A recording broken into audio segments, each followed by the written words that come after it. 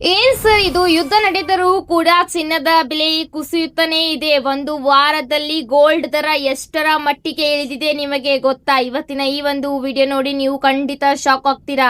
ನಮಸ್ಕಾರ ಸ್ನೇಹಿತರೆ, ಕರ್ನಾಟಕದ ಅತಿ ದೊಡ್ಡ ನ್ಯೂಸ್ ಚಾನೆಲ್ಗೆ ಸ್ವಾಗತ. ಇಲ್ಲಿ ಚಿನ್ನ ಮತ್ತು ಬೆಳ್ಳಿ ದರದ ಬೆಲೆಯನ್ನ ಪ್ರತಿದಿನ ನಿಮಗೆ ತಿಳಿಸಲಾಗುತ್ತದೆ. ಹಾಗೆ ಅಂತಾರಾಷ್ಟ್ರೀಯ ಮಾರುಕಟ್ಟೆ ತಜ್ಞರ ಅಭಿಪ್ರಾಯವನ್ನ ಕೂಡ ಹೇಳಲಿದ್ದೇವೆ. ನೀವು ಗಮನಿಸಿದ್ದೀರಾ ಸ್ನೇಹಿತರೆ, ಒಂದು ವಾರದಿಂದ ಚಿನ್ನದ ಬೆಲೆ ನಿರಂತರವಾಗಿ ಇಳಿಯುತ್ತಾ ಬಂದಿದೆ. ಇದಕ್ಕೆ ಸಾಮಾನ್ಯವಾದ ಕಾರಣಗಳು ಏನು ಎಂಬುದನ್ನ ಇವತ್ತಿನ ಈ ಒಂದು ವಿಡಿಯೋದಲ್ಲಿ ನಿಮಗೆ ತಿಳಿಸಲಿದ್ದೇವೆ. ಹೌದು, ಮೊದಲನೆಯ ಒಂದು ಕಾರಣ ಏನಂದ್ರೆ ಡಾಲರ್ ಸ್ಟ್ರಾಂಗ್ ಆಗಿದೆ. ಹೌದು, ಅಮೆರಿಕದ ಡಾಲರ್ ಜಾಸ್ತಿ ಸ್ಟ್ರಾಂಗ್ ಆಗಿರುವುದರಿಂದ ಚಿನ್ನದ ಮೇಲೆ ಡಿಮ್ಯಾಂಡ್ ಕಡಿಮೆಯಾಗುತ್ತಿದೆ ಎಂದು ತಜ್ಞರು ಹೇಳುತ್ತಿದ್ದಾರೆ.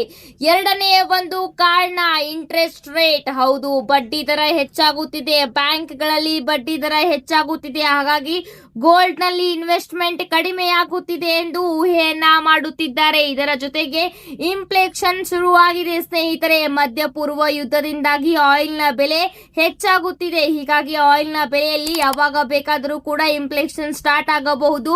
ಇದರ ಒಂದು ಪ್ರೆಷರ್ ಗೋಲ್ಡ್ ಮೇಲೆ ಬಿದ್ದಿದೆ ಎಂದು ತಜ್ಞರು ಹೇಳಿದ್ದಾರೆ. ಹಾಗೆ ಪ್ರಾಫಿಟ್ ಬುಕಿಂಗ್, ಯಾರು ಚಿನ್ನವನ್ನ 1,45,000, 1,80,000, 1,60,000 ಇದ್ದಾಗ ಖರೀದಿ ಮಾಡಿದ್ದಾರೆ ನೋಡಿ, ಅವರು ಹೆದರಿಕೆಯಿಂದ ಏನು ಚಿನ್ನದ ಬೆಲೆ 1,00,000ಕ್ಕೆ ಬಂದು ಬೀಳುತ್ತಾ ಎಂಬ ಒಂದು ಹೆದರಿಕೆಯಲ್ಲಿ ಚಿನ್ನವನ್ನ ಮಾರಾಟವನ್ನ ಕೂಡ ಮಾಡುತ್ತಿದ್ದಾರೆ. ಸಿಂಪಲ್ ಆಗಿ ಹೇಳಬೇಕೆಂದಲ್ಲಿ ಡಾಲರ್ನ ರೇಟ್ ನಿಂದ ಹಾಗೂ ಅಂತಾರಾಷ್ಟ್ರೀಯ ಮಾರುಕಟ್ಟೆಯ ಬಡ್ಡಿ ದರದಿಂದ, ಬ್ಯಾಂಕ್ನ ಒಂದು ಬಡ್ಡಿ ದರದಿಂದ, ಹಾಗೆ ಆಯಿಲ್ ನಲ್ಲಿ ನಡೆಯುತ್ತಿರುವ ಇನ್ಫ್ಲೇಷನ್ ನಿಂದ, ಈ ಮೂರು ಕಾರಣದಿಂದಾಗಿ ಚಿನ್ನದ ಬೆಲೆ ಇಳಿಕೆಯಾಗುತ್ತಿದೆ ಎಂದು ತಜ್ಞರು ಈಗ ಹೇಳಿಕೆಯನ್ನ ನೀಡಿದ್ದಾರೆ. ಹಾಗಾದ್ರೆ ಎಲ್ಲರಿಗೂ ಕಾಡುವ ಪ್ರಶ್ನೆ ಒಂದೇ, ಮುಂದೆ ಏನಾಗುತ್ತದೆ, ಮುಂದಿನ ಒಂದು ವಾರದ ಬಗ್ಗೆ ತಜ್ಞರು ಏನು ಹೇಳುತ್ತಾರೆ ಎಂಬುದನ್ನ ವಿಡಿಯೋ ಕೊನೆಯಲ್ಲಿ ಹೇಳಲಿದ್ದೇವೆ. ವಿಡಿಯೋನ ಸಂಪೂರ್ಣವಾಗಿ ನೋಡಿ. ಹಾಗಾದ್ರೆ ಬನ್ನಿ ಇವತ್ತಿನ 24 ಕ್ಯಾರೆಟ್ ಪ್ಯೂರ್ ಚಿನ್ನದ ಬೆಲೆ ಎಷ್ಟಿದೆ ಎಂಬುದನ್ನ ನೋಡು ಬಿಡೋಣ.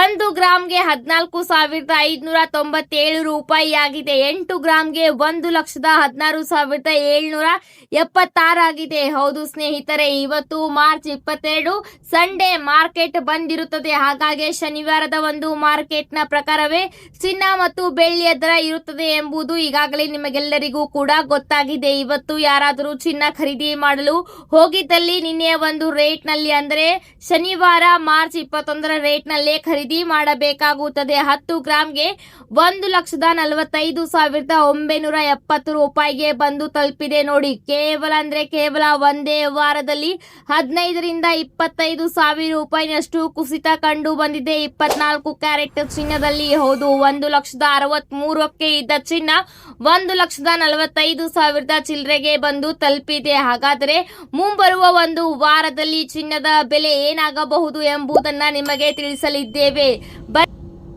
ಬನ್ನಿ ಆಭರಣದ ಒಂದು ರೇಟ್ ಅನ್ನ ಕೂಡ ನೋಡ್ಬಿಡೋಣ. ಇವತ್ತು ಮಾರ್ಚ್ 22 ಆಭರಣದ ರೇಟ್ ಅನ್ನ ನೋಡುವುದಾದರೆ 1 ಗ್ರಾಮ್ಗೆ 13,380 ಸ್ಕ್ರೀನ್ ಮೇಲೂ ಕೂಡ ನೀವು ನೋಡಬಹುದಾಗಿದೆ.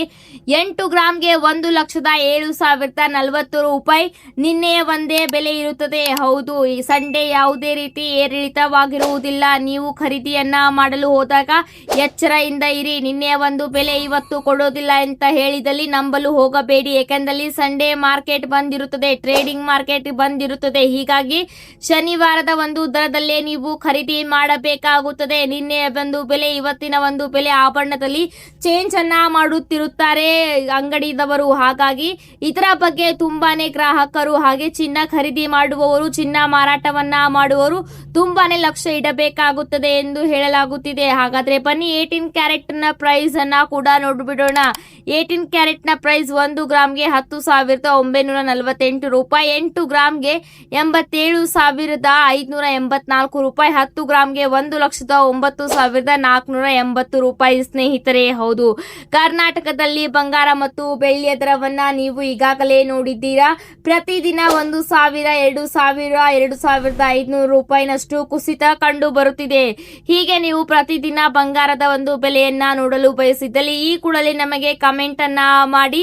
ಇದರ ಜೊತೆಗೆ ನಿಮ್ಮ ಅನಿಸಿಕೆ ಅನಿಸಿಕೆಯನ್ನ ಕೂಡ ನಮಗೆ ತಿಳಿಸಬಹುದಾಗಿದೆ. ಹಾಗಾದ್ರೆ ಬನ್ನಿ ಬೆಳ್ಳಿ ದರ ಎಷ್ಟಾಗಿದೆ ಎಂಬುದನ್ನ ನೋಡಿಬಿಡೋಣ. ಹೌದು, ಬೆಳ್ಳಿಯು ಕೂಡ ಅತ್ಯಂತ ಕುಸಿತವಾಗಿ ಕಂಡು ಬರುತ್ತಿದೆ. ಹೌದು, ಪ್ರತಿದಿನವೂ ಕೂಡ ಬೆಳ್ಳಿಯಲ್ಲಿ 1,000 ರೂಪಾಯಿ ಅಲ್ಲ ಸ್ನೇಹಿತರೆ, 2,000 ರೂಪಾಯಿ ಅಲ್ಲ, ಬರೋಬ್ಬರಿ 5ರಿಂದ 10, 10ರಿಂದ 15,000 ರೂಪಾಯಿನಷ್ಟು ಕುಸಿತ ಕಂಡು ಬರುತ್ತಿದೆ. ಈ ಕುಸಿತಕ್ಕೆ ಕಾರಣವಾದರೂ ಏನು ಸ್ನೇಹಿತರೆ? ಬೆಳ್ಳಿಯಲ್ಲೂ ಕೂಡ ಕುಸಿತಕ್ಕೆ ಕಾರಣವೇನು ಎಂಬುದನ್ನ ನಿಮಗೆ ತಿಳಿಸಲಿದ್ದೇವೆ. ಬೆಳ್ಳಿಯ ದರವನ್ನ ನೀವು ನೋಡುವುದಾದರೆ 1 ಗ್ರಾಮ್ಗೆ ಎಷ್ಟು ಇದೆ ಎಂಬುದನ್ನ ನಿಮಗೆ ಹೇಳಲಿದ್ದೇವೆ. 1 ಗ್ರಾಮ್ಗೆ 245 ರೂಪಾಯಿ ಇದೆ ಸ್ನೇಹಿತರೆ ಬೆಳ್ಳಿಯ ಒಂದು ದರ. ಹಾಗೆ ನೀವು 1 ಕೆಜಿ ಬೆಳ್ಳಿಯನ್ನ ಖರೀದಿಯನ್ನ ಮಾಡಲು ಹೋದಲ್ಲಿ 1 ಕೆಜಿ ಬೆಳ್ಳಿಗೆ 2,45,000 ರೂಪಾಯಿ ಇದೆ. ಈಗ ನೋಡಿ, ನೀವು ಮಾರ್ಚ್ ಮೊದಲನೇ ವಾರದಲ್ಲಿ ಖರೀದಿಯನ್ನ ಮಾಡಿದಲ್ಲಿ 2,70,000 ರೂಪಾಯಿ. ಯಾರಾದರೂ ಕೂಡ 1 ವಾರ ನಿಂತು ಖರೀದಿ ಮಾಡಿದಲ್ಲಿ ಅವರಿಗೆ 30ರಿಂದ 45,000 ರೂಪಾಯಿ ಪ್ರಾಫಿಟ್ ಸಿಗುತ್ತಿತ್ತು ಎಂದು ಕೂಡ ಹೇಳಬಹುದಾಗಿದೆ. ಅಂದ್ರೆ ಅವರ ಹಣ ಸೇವ್ ಆಗುತ್ತಿತ್ತು ಎಂದು ಹೇಳಬಹುದು. ಹೌದು, ನೀವು ಕೂಡ ಹೂಡಿಕೆಯನ್ನ ಮಾಡಬೇಕಿದ್ದಲ್ಲಿ 1 ರೂಪಾಯಿ ಕೂಡ ಯೋಚನೆ ಮಾಡಿ ಹೂಡಿಕೆಯನ್ನ ಮಾಡಬೇಕಾಗುತ್ತದೆ.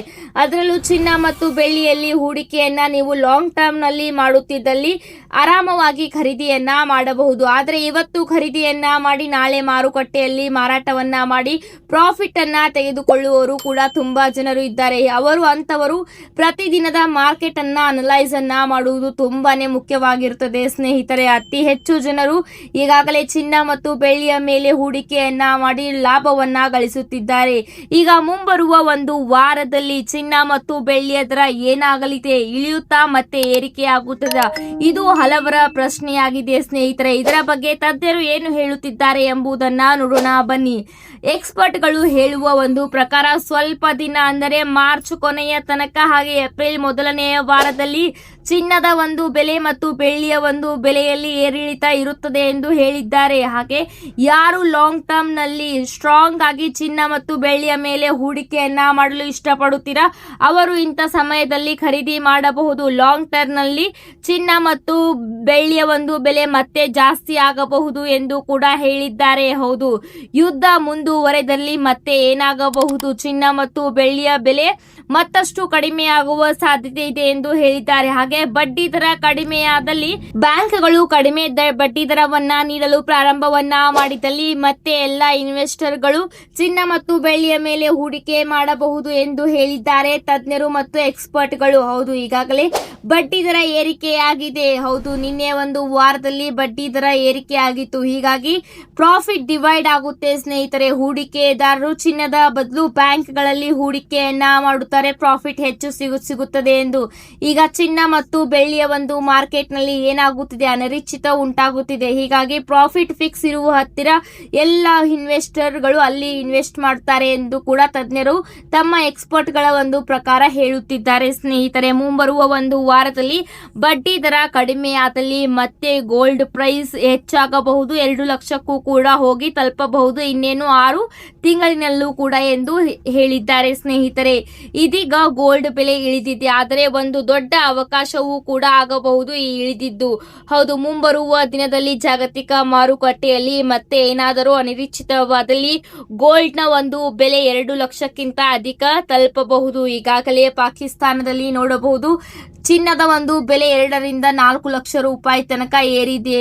ಈಗ ದುಬೈನಲ್ಲಿ ಚಿನ್ನದ ಬೆಲೆ ಇಳಿಕೆ ಆಗುವುದರಿಂದ ಅದರ ಒಂದು ಎಫೆಕ್ಟ್ ಕೂಡ ಭಾರತಕ್ಕೆ ಬಿದ್ದಿದೆ.